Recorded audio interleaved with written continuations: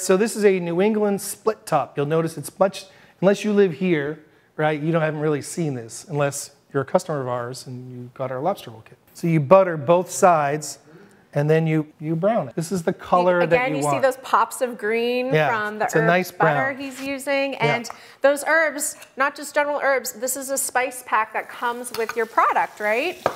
This comes with every lobster roll, yes. And it is, the spice pack itself is a secret ingredient held by one of Maine's lobster chefs of the year. So then you load it up, Let's get this butter drizzle. Ooh, it's bubbling and everything. You can smell the spices that are in that butter, again, courtesy of one of Maine's lobster chefs of the year.